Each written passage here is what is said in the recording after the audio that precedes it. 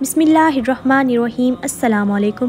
HR voice over میں خوش آمدید۔ ویڈیو کو شروع کرنے سے پہلے گزارش ہے کہ چینل کو لائک، شیئر اینڈ سبسکرائب ضرور کیجیے۔ آج کی کہانی بہت دلچسپ ہے، اینڈ تک ضرور دیکھیے گا۔ پرانے زمانے کا قصہ ہے کہ ایک ایسا بے وقوف سا نائی تھا جو کوئی کام سیدھا نہیں کر سکتا تھا، حتیٰ کہ بال کاٹتے وقت وہ کان کاٹ دیتا تھا اور حجامت کرتے وقت گلا۔ نتیجہ یہ کہ اس کا کام ٹھپ ہوتا گیا اور وہ اپنی چیزیں بیچ کر گزارا کرنے پر مجبور ہو گیا۔ رفتہ رفتہ ایسا وقت آیا کہ اس کے گھر میں صرف 2 چیزیں باقی بچیں، اس کا استرا اور اس کی بیوی، اور یہ فیصلہ کرنا دشوار تھا کہ ان میں سے زیادہ تیز کون ہے۔ ایک دن نائی کی بیوی اسے بے وقوفیوں پر طعنے دے رہی تھی کہ وہ بے بسی سے بولا، یہ سب بار بار کہنے کا کیا فائدہ ہے؟ میں تم سے متفق ہوں، میں نے کبھی خود سے کچھ نہیں کمایا، میں کبھی خود سے کچھ نہیں کما سکتا اور میں کبھی کسی کو کمانے بھی نہیں دوں گا، یہ حقیقت ہے۔ تم کام نہیں کر سکتے تو بھیک مانگو، میں بھوکا نہیں مرنا چاہتی۔ بادشاہ کے محل میں جا کر اس سے کچھ مانگو، شہزادی کی شادی ہو رہی ہے اور بادشاہ غریبوں میں خیرات بانٹ رہا ہے، بادشاہ کو کہو کہ تمہیں کچھ بھی دے دے۔ نائی نے ایسا ہی کیا اور بادشاہ کے محل میں جا کر اس سے کہا کہ وہ نائی کو کچھ بھی دے دے۔ کچھ بھی کیا دوں؟ بادشاہ نے پوچھا۔ اب نائی کی بیوی نے یہ تو نہیں بتایا تھا کہ اسے کیا مانگنا چاہیے، اور نائی کا اپنا دماغ کچھ سوچنے سے قاصر تھا۔ اس نے پریشان ہو کر کہا، کچھ بھی دے دیں۔ کچھ زمین دے دوں؟ بادشاہ نے پوچھا۔ نائی کی جان میں جان آئی کہ وہ کچھ بھی کے مسئلے سے نکلا۔ وہ بولا، ہاں، کوئی بھی زمین دے دیں۔ بادشاہ نے اسے شہر سے باہر ایک اجڑی بنجر زمین دینے کا حکم دے دیا۔ نائی گھر واپس پہنچا تو بیوی نے پوچھا کہ تمہیں کیا ملا ہے؟ جلدی دو تاکہ میں روٹی خرید کر لاؤں۔ نائی نے زمین کا بتایا تو وہ آگ بگولا ہو گئی اور اسے خوب ڈانٹا کہ ایسی غیر آباد زمین ہمارے کس کام کی؟ نائی بولا، لیکن زمین تو زمین ہے، وہ کہیں نہیں جائے گی اور ہمارے پاس ہمیشہ رہے گی۔ کیا تم سے زیادہ بے وقوف کوئی دوسرا ہے؟ زمین کا کیا فائدہ اگر ہم اس میں کاشت نہ کر سکیں؟ کیا تمہارے پاس ہل چلانے کے لیے بیل ہیں؟ بیوی گرائی۔ نائی منہ لٹکا کر بیٹھ گیا، مگر چلاک بیوی سوچنے لگی کہ کیا کرے۔ آخر اس نے ایک منصوبہ بنایا اور نائی کو لے کر اپنی زمین پر چلی گئی۔ اس کے بعد اس نے نائی کو کہا کہ وہ بھی اس کی نقل کرے اور خود غور سے جگہ جگہ زمین کو دیکھنے لگی، مگر جیسے ہی کوئی آدمی ان کے قریب آتا تو وہ ایسے بیٹھ جاتی جیسے کچھ بھی نہ کر رہی ہو۔ اس زمین کے قریب ہی جنگل میں 7 چور رہتے تھے۔ وہ سارا دن دیکھتے رہے کہ نائی اور اس کی بیوی چھپ چھپ کر زمین پر کچھ تلاش کر رہے ہیں۔ شام ڈھلے ایک چور نائی کے پاس گیا اور اس سے پوچھنے کی کوشش کرنے لگا کہ اسے کس چیز کی تلاش ہے۔ نائی کی بیوی نے پہلے تو کچھ دیر ٹال مٹول کی، پھر گویا تھک ہار کر کہنے لگی، یہ زمین میرے دادا کی ہے، انہوں نے یہاں اشرفیوں کی 5 دیگیں دفن کی تھیں، مگر ہمیں ان کی صحیح جگہ بتانے سے پہلے ہی فوت ہو گئے۔ اب ہم وہ دیگیں تلاش کر رہے ہیں، تم کسی کو یہ بات بتانا مت، ورنہ وہ دیگیں تلاش کر کے لے جائیں گے اور ہم محروم رہ جائیں گے۔ چور نے وعدہ کیا کہ وہ کسی کو نہیں بتائے گا، مگر شام ڈھلے جب نائی اور اس کی بیوی گھر واپس گئے تو چور اپنے ساتھیوں کو لے آیا اور ساتوں مل کر اپنے بیلوں سے ہل چلا چلا کر خزانہ تلاش کرنے لگے۔ صبح تک کھیتوں کی ایسی حالت ہو گئی جیسے اس میں 7 مرتبہ ہل چلا دیا گیا ہو، مگر انہیں وہاں کچھ نہ ملا۔ اگلی صبح نائی کی بیوی نے سارے کھیتوں میں ہل چلا دیکھا تو بہت خوش ہوئی۔ وہ بیج ادھار لائی اور زمین میں بو دیے۔ ہل بہت اچھا چلا تھا تو فصل بھی بہت اچھی ہوئی۔ نائی کی بیوی نے تمام قرضے چکا دیے اور پھر بھی اتنے پیسے بچ گئے کہ اس نے کچھ سونا خریدا اور ایک مٹکے میں چھپا دیا۔ چوروں نے یہ دیکھا تو بہت غصے میں آئے۔ وہ نائی کے گھر گئے اور اسے کہنے لگے، ہمیں فصل میں سے ہمارا حصہ دو، کیونکہ ہل ہم نے چلایا تھا۔ نائی کی بیوی ہنسی، میں نے تمہیں بتایا تو تھا کہ زمین میں سونا ہے، لیکن تمہیں وہ نہیں ملا۔ اب وہ سونا گھر میں ایک مٹکے میں چھپایا ہوا ہے، لیکن تمہیں نہیں ملے گا۔ چوروں نے کہا، تم سیدھے طریقے سے ہمارا سونا ہمیں نہیں دو گے تو ہم خود لے لیں گے، آج رات دیکھ لینا۔ نائی کی بیوی نے پھر انکار کیا اور چور واپس چلے گئے، لیکن ایک چور گھر میں چھپ گیا تاکہ رات کو وہ اپنے ساتھیوں کے لیے دروازہ کھول دے۔ نائی کی بیوی نے اپنی آنکھ کے گوشے سے اسے چھپتے دیکھ لیا۔ نائی چوروں سے بہت ڈرا ہوا تھا۔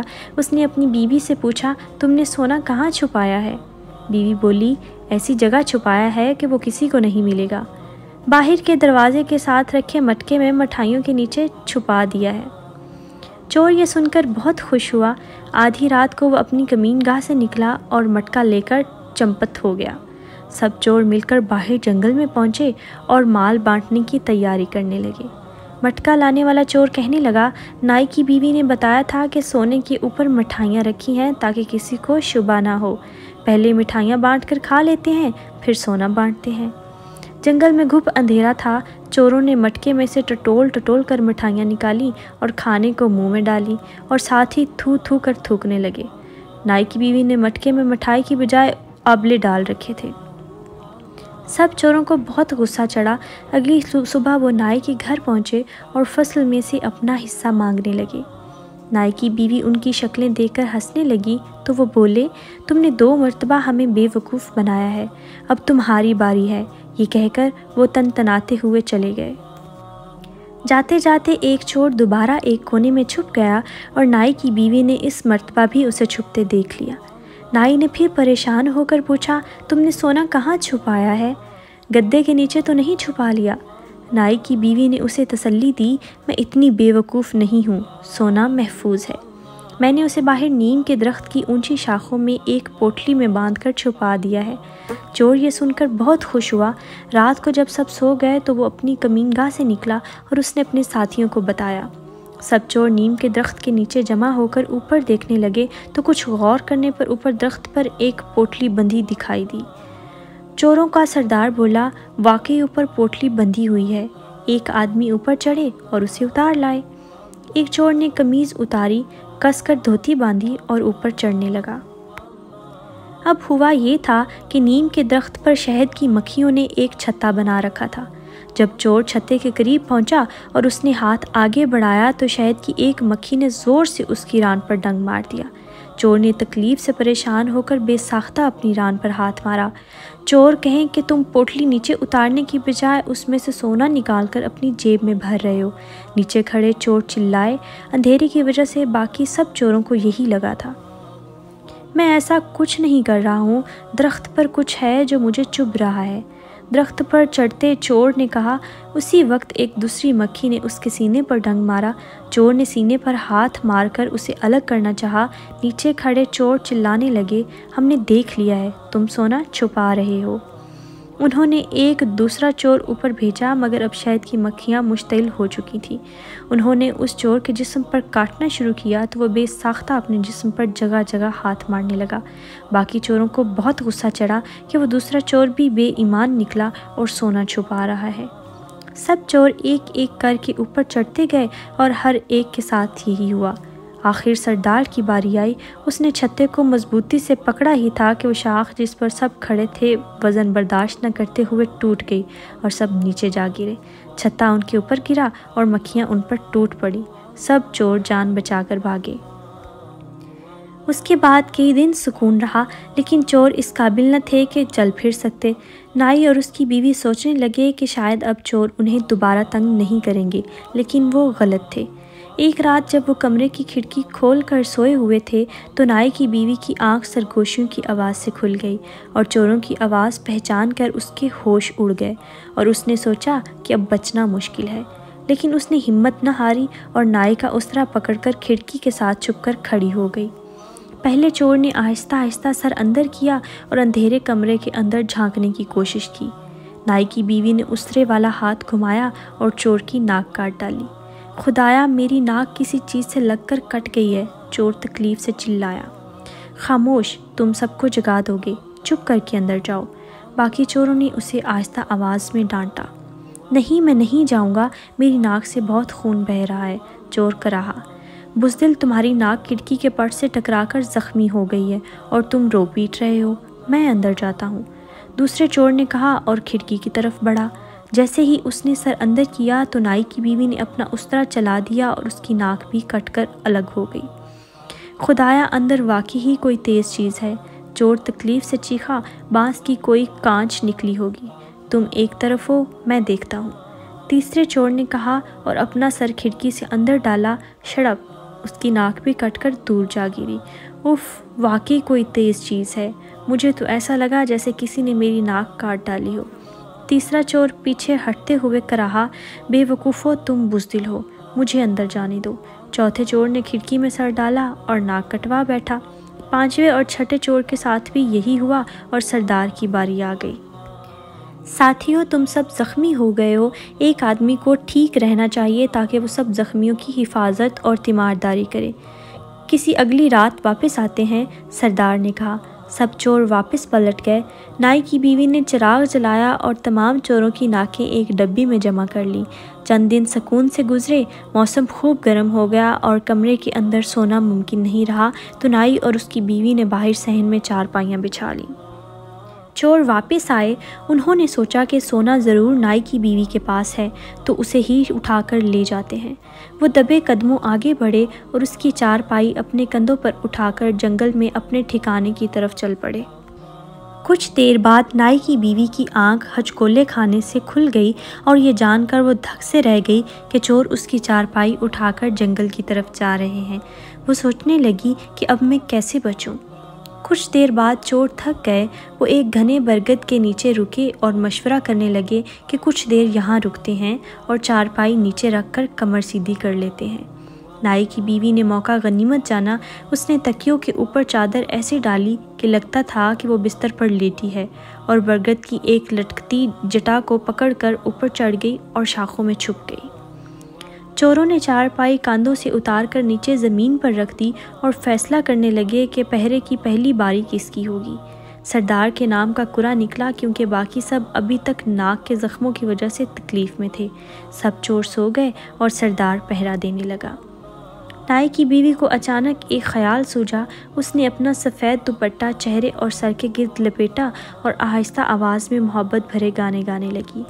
چوروں کے سردار نے اوپر دیکھا تو اسے چاندنی میں ایک خوبصورت عورت درخت پر بیٹھی دکھائی دی۔ اس نے سوچا کہ یہ ضرور درخت کی پری ہے جو مجھ جیسے خوش شکل اور ہینڈسم مرد پر عاشق ہو گئی ہے۔ اس نے اپنی مونچھوں کو تاؤ دیا اور پوچھا، کون ہو تم؟ حسینہ، نیچے زمین پر اترو، مجھ سے خوف مت کھاؤ۔ پری نے جواب نہیں دیا اور عاشقانہ گانے دھیمے سروں میں گاتی رہی۔ سردار نے یہ دیکھا تو خود درخت پر چڑھنے لگا۔ جب وہ پری کے قریب پہنچا تو پری نے ایک سرد آہ بھری اور منہ دوسری طرف پھیر لیا۔ اتنا اداس ہونے کی کیا بات ہے اے پری؟ سردار نے بے تاب ہو کر پوچھا۔ نائی کی بیوی نے اداس لہجے میں کہا، مجھے لگتا ہے کہ تم ایک ہرجائی ہو اور مجھ سے محبت نہیں کرتے۔ لمبی ناک والے مرد ہمیشہ ہرجائی ہوتے ہیں۔ سردار نے اسے اپنی وفا کا یقین دلانے کی بہت کوشش کی مگر وہ نہ مانی۔ آخر نائی کی بیوی نے کہا، ایسا کرو کہ اپنی زبان کو لمبا سا باہر نکالو، میں اسے اپنی زبان سے چھو کر جان لوں گی کہ یہ زبان سچ بول رہی ہے یا جھوٹ۔ چوروں کے سردار نے مخمور ہو کر اپنی زبان خوب باہر نکالی۔ پری اس کے قریب آئی اور اس کی زبان کو زور سے اپنے دانتوں سے کاٹ کر 2 ٹکڑے کر دیا۔ سردار تکلیف کی شدت سے زور سے چیخا اور درخت سے نیچے جا گرا۔ کیا ہوا کیا ہوا؟ دوسرے چور جاگ گئے۔ بل بل بل بل بل۔ سردار نے اوپر درخت کی طرف اشارہ کرتے ہوئے کہا۔ وہ زبان کٹنے کی وجہ سے بولنے سے قاصر ہو چکا تھا۔ سردار پر جادو ہو گیا ہے، درخت پر ضرور کوئی آسیب ہے، چور گھبرا کر بولے۔